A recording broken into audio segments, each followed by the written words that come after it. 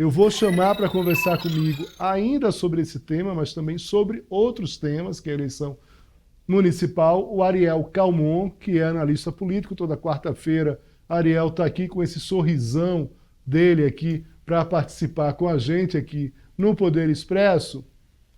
Ariel, a gente vai falar de eleições, vai falar sobre Belo Horizonte, vai falar sobre Porto Alegre e vai falar sobre Fortaleza, né? Como é que está a disputa nessas capitais. Mas antes, Ariel, eu queria uma avaliação da sua parte sobre essa questão, sobre essa sinuca que o governo Lula se meteu, e o PT ajuda ainda mais, né?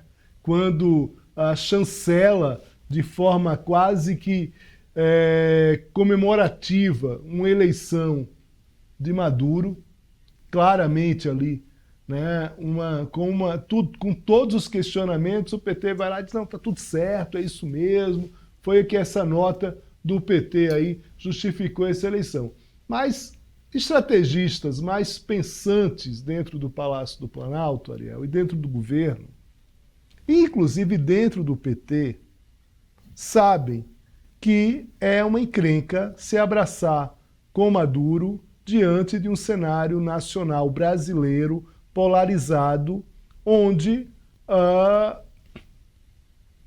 uma relação com um cidadão que é suspeito de fraudar eleições, que é suspeito de perseguir inimigos políticos, que é suspeito de não transparência, não só nas eleições, mas também na própria administração. O governo brasileiro sabe que o abraço a esse cidadão acaba tendo desgaste político interno no Brasil. Mais uma vez, muito boa tarde. Vamos falar disso e aí a gente volta para as capitais, pode ser? Com certeza, Léo. Boa tarde para toda a audiência do SBT News. E é isso que a gente se questiona com esse assunto da Venezuela, né? Parece que tem algo subjetivo, porque quando nós analisamos pragmaticamente os fatos, todos os fatores mostram que não faz sentido você endossar o governo brasileiro, endossar dessa forma, como foi, por exemplo, essa nota da executiva do PT, a eleição na Venezuela e a vitória de Maduro. Então, a gente fica imaginando se é um vínculo de amizade, um vínculo, e até mesmo o vínculo ideológico, ele é frágil, não é? Porque, de certa forma, isso não se sustenta mais. Você entender o governo da Venezuela como um governo de esquerda, até dentro do própria conjuntura, né, de esquerda, há essa crítica. Então, o governo e o presidente Lula se colocam nessa sinuca de bico mais uma vez, e a gente comentou aqui na semana passada, esperava o resultado dessas eleições, que vieram como esperado, né, a vitória de Maduro, e que o que eu destacaria, Léo, é que o governo brasileiro conseguiu manter um diálogo com a Venezuela. Então, a Venezuela expulsou outros embaixadores latino-americanos e agora o governo brasileiro é um país central nesse diálogo, nessa ponte. Então, para a diplomacia, eu acho que isso é muito exitoso. Não é? A gente tem uma possibilidade de fazer uma negociação, porque, acima de tudo, é importante compreender, e aí quando a gente discute política, a gente está sempre falando de instituições, de modelos, de formas muito engessadas, mas existe um povo venezuelano. E entendendo os países como nações irmãs, não é, sul-americanas, e como isso pode de alguma forma contribuir para o suporte desses povos, eu acho que é importante que o Brasil siga essa tradição diplomática de tentar um diálogo. O presidente dos Estados Unidos ligou para o presidente Lula para conversar sobre a Venezuela. Isso é um claro indicativo de que há esse entendimento da capacidade do Brasil de levar essa discussão. Agora, o que nos resta é saber de que forma o governo brasileiro vai endereçar, se é com a maestria diplomática que a gente tem no governo brasileiro há décadas, ou se é por uma vertente mais ideológica do partido do presidente. Tudo bem. Ariel, vamos falar de eleições. Vamos começar com Belo Horizonte. A gente está aí na reta, né? O início efetivo da campanha vai se dar agora nos próximos dias. Uh, mas a gente já tem ali pesquisas eleitorais e a gente vai cada vez mais acelerar esse processo dessa cobertura das eleições municipais. E já falamos de alguns estados, de algumas capitais aqui, desculpa, mas hoje vamos falar começar por Belo Horizonte. Como é que você está vendo aqui essa eleição em Belo Horizonte? Você tem o Mauro Tramonte, do Republicanos, que pelas pesquisas parece que está um melhor colocado aqui. Depois vem o Engler, o Bruno Engler. Vem o João Leite, ali do PSDB, que é um político mais experiente ali, conhecido dos mineiros principalmente. Tem a Duda Salabert, tem o Fuad Noman, que é o atual prefeito, que não está bem nas pesquisas, recentemente anunciou que estava com câncer, enfim. Tem o Carlos Viana, tem o Rogério Correia, do PT. Mais uma vez, é uma grande capital que o PT, neste caso, tem candidato, mas que não consegue avançar. E você vai ter candidatos ali do Republicanos e do PL, do PSDB também, de alguma forma, melhor colocados. Como é que você avalia essa eleição em BH, Ariel?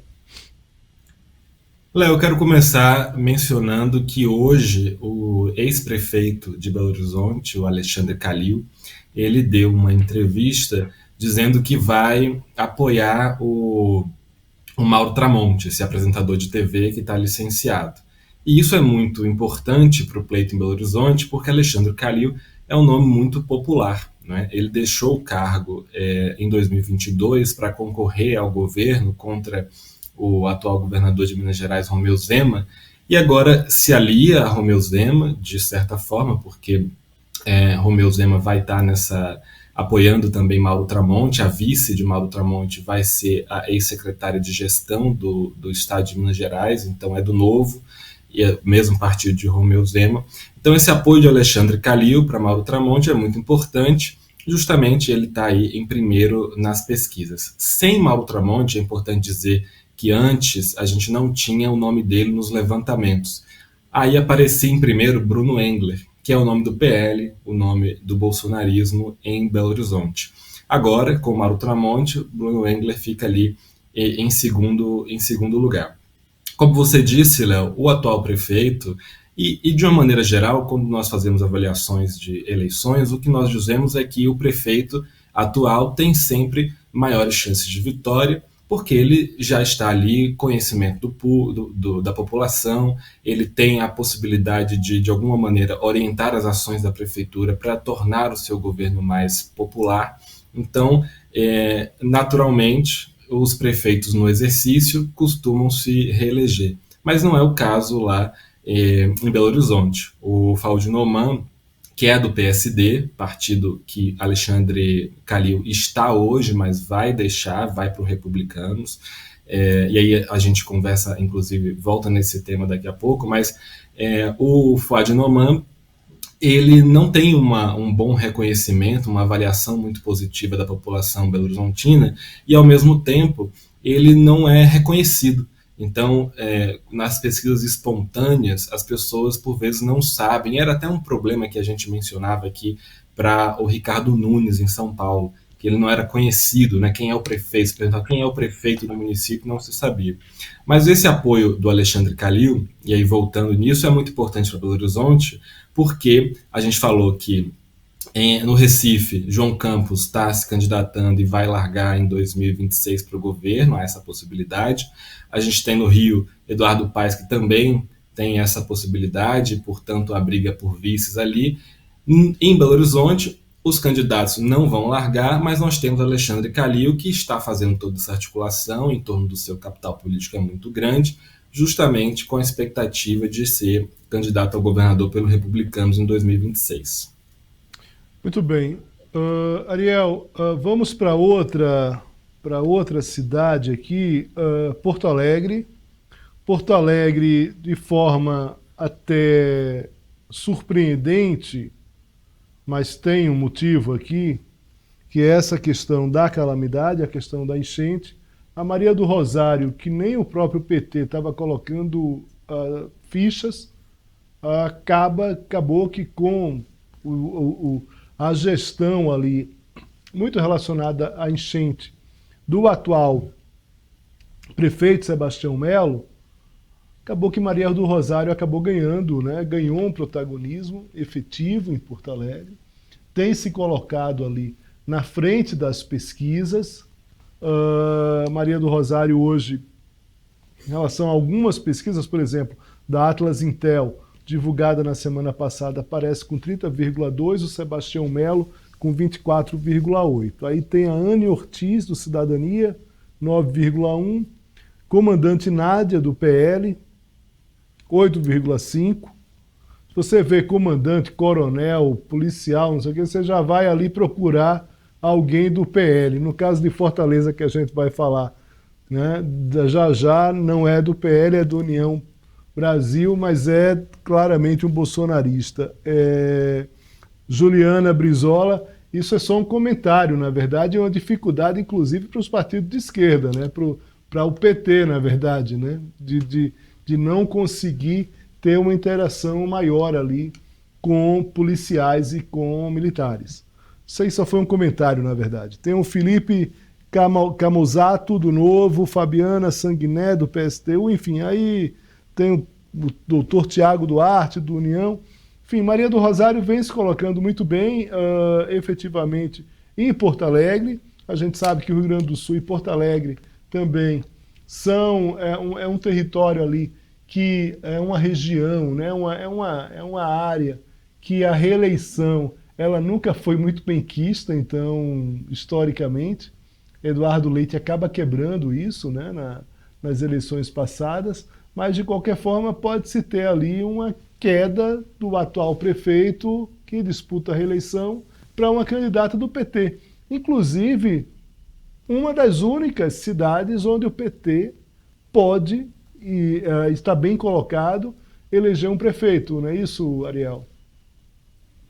Pois é, e isso é um indicativo, Léo, tanto que o presidente Lula, até o momento, não tem previsão de visitar Porto Alegre em apoio a Maria do Rosário. Ele deve fazer isso para Belo Horizonte, com o Rogério Corrêa do PT, que a gente comentou há pouco, deve fazer para Fortaleza, que a gente vai comentar daqui a pouquinho, mas em Porto Alegre o presidente não tem, até o momento, um indicativo de que vai visitar para apoiar a Maria do Rosário. E é uma grande surpresa mesmo, porque Sebastião Melo, embora ele tivesse uma avaliação razoável do seu governo, ele foi superado por Maria do Rosário com uma diferença significativa nessa pesquisa Atlas Intel. E isso se deve, eu acredito, fundamentalmente ao fato de que nós tivemos esse desastre ambiental em Porto Alegre, no Rio Grande do Sul como um todo, mas a cidade de Porto Alegre foi muito afetada, e aí não é só uma elevação do nível dos rios, mas também o impacto da má gestão do município e como que essa elevação impactou a cidade, justamente porque uma série de ações que deveriam ter sido tomadas não foram. Então Sebastião Melo foi muito responsabilizado por isso. Ele teve entraves na Câmara Municipal de Porto Alegre nesse período. O impeachment chegou a ser cogitado, por exemplo, mas isso não foi adiante. Mas os parlamentares fizeram um contraponto, aumentaram valores de auxílio, então criaram de alguma maneira esse desgaste para Sebastião Melo, e esse deve ser o tema da campanha. E Maria do Rosário, ela vai com certeza surfar nesse tema como um desgaste para Sebastião Melo, mas não só ela, porque, como você mencionou, nós temos outros candidatos, que Maria do Rosário é o nome mais do espectro à esquerda, junto com a Juliana Brizola também, mas os outros candidatos mais à direita vão usar essa mesma situação para tirar votos de Sebastião Melo, que recebeu apoio do ex-presidente Jair Bolsonaro semana passada. Foi a convenção partidária que confirmou o nome de Sebastião Melo, e o ex-presidente Jair Bolsonaro esteve lá, foi muito ovacionado, e o Sebastião Melo deve usar o nome do presidente como de alguma forma como um elemento para ser mais popular no pleito. Mas esse fato do desastre climático e a forma como a cidade não estava preparada para algo que havia uma previsão de que poderia acontecer é de fato o grande tema que deve vigorar na eleição. Agora, Ariel, só para ficar claro aqui para a gente, o presidente Lula não tem previsão de ir a Porto Alegre por causa da rejeição do PT na cidade, por conta da questão da rejeição do PT no Estado, e que poderia atrapalhar uma relação Lula-Maria do Rosário, ou é uma questão de agenda mesmo? Porque claramente a gente sabe que nas últimas eleições, os gaúchos, né, principalmente do Estado, rejeitaram muito o PT e acabaram abraçando muito o ex-presidente Jair Bolsonaro.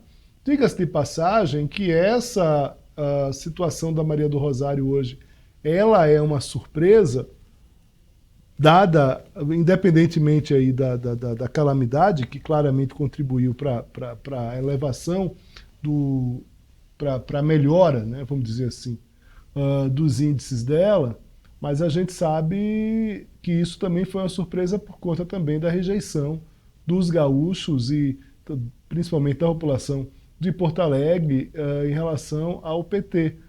Nesse caso do Lula, só para ficar claro, quando você falou que ele não tem agenda, na sua avaliação, é para não colar essa imagem ou por uma questão que está ligada à própria visitação ao Estado? Como você avalia isso?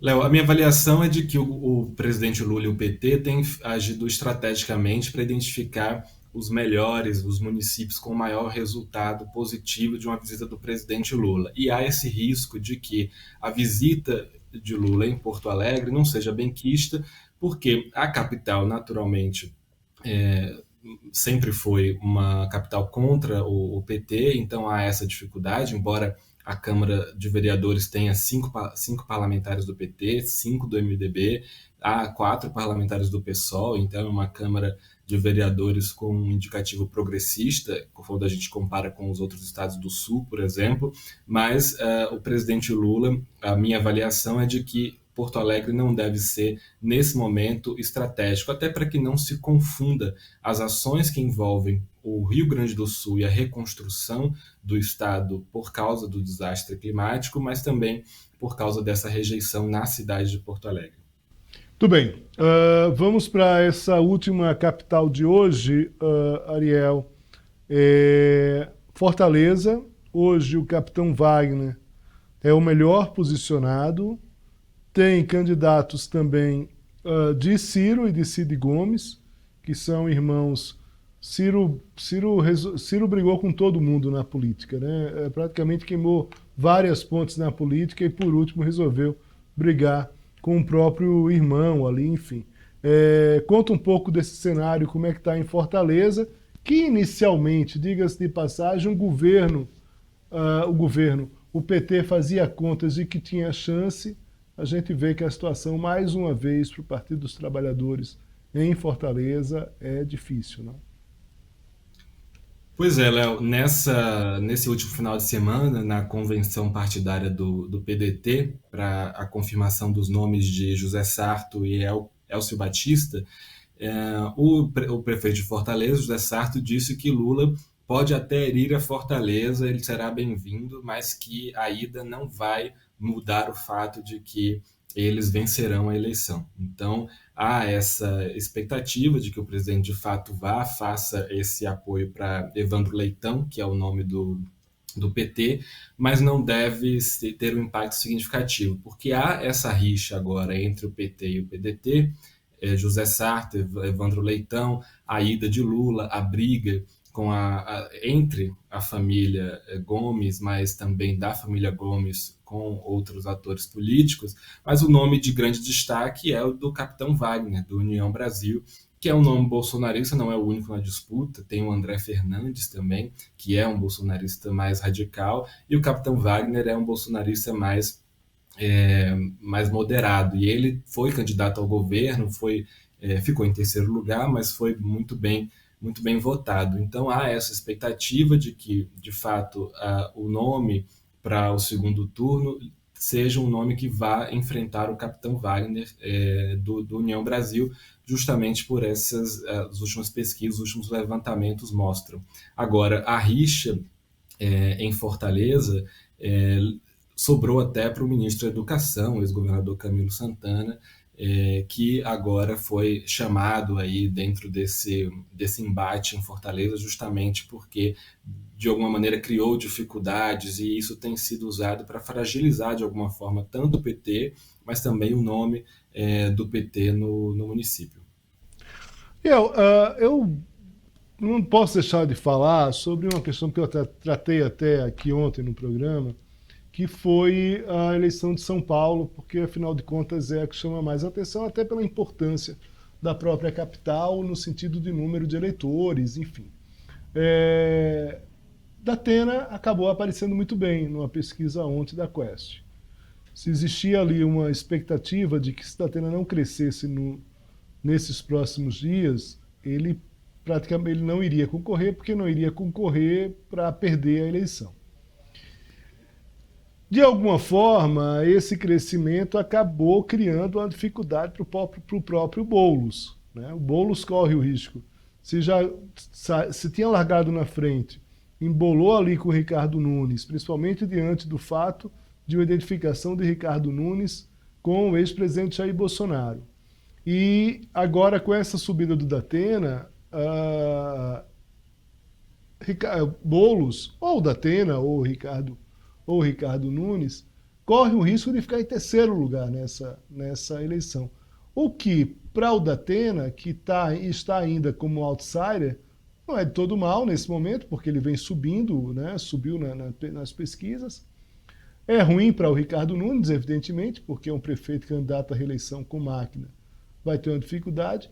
Mas para o Boulos, pela força que o PT jogou nessa eleição, né, sem candidato, apoiando claramente o presidente Lula, indo para eventos que ele sabe que não pode falar, mas diz que vai votar em Boulos. Enfim, há claramente uma polarização ali entre Lula e Bolsonaro.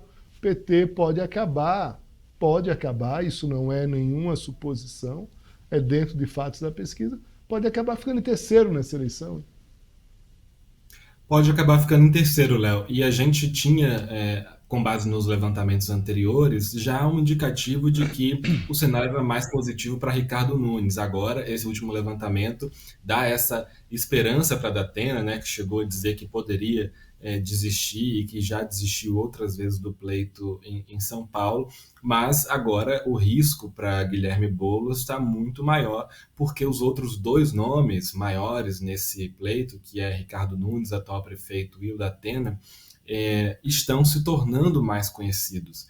E, de alguma forma, eles se tornam conhecidos associados a alguma imagem. Então, o Datena teve um evento agora na convenção partidária, um imbróglio com o próprio partido, ou uma confusão, e isso, de alguma maneira, elevou as buscas pela candidatura de Datena nas redes sociais, na internet como um todo.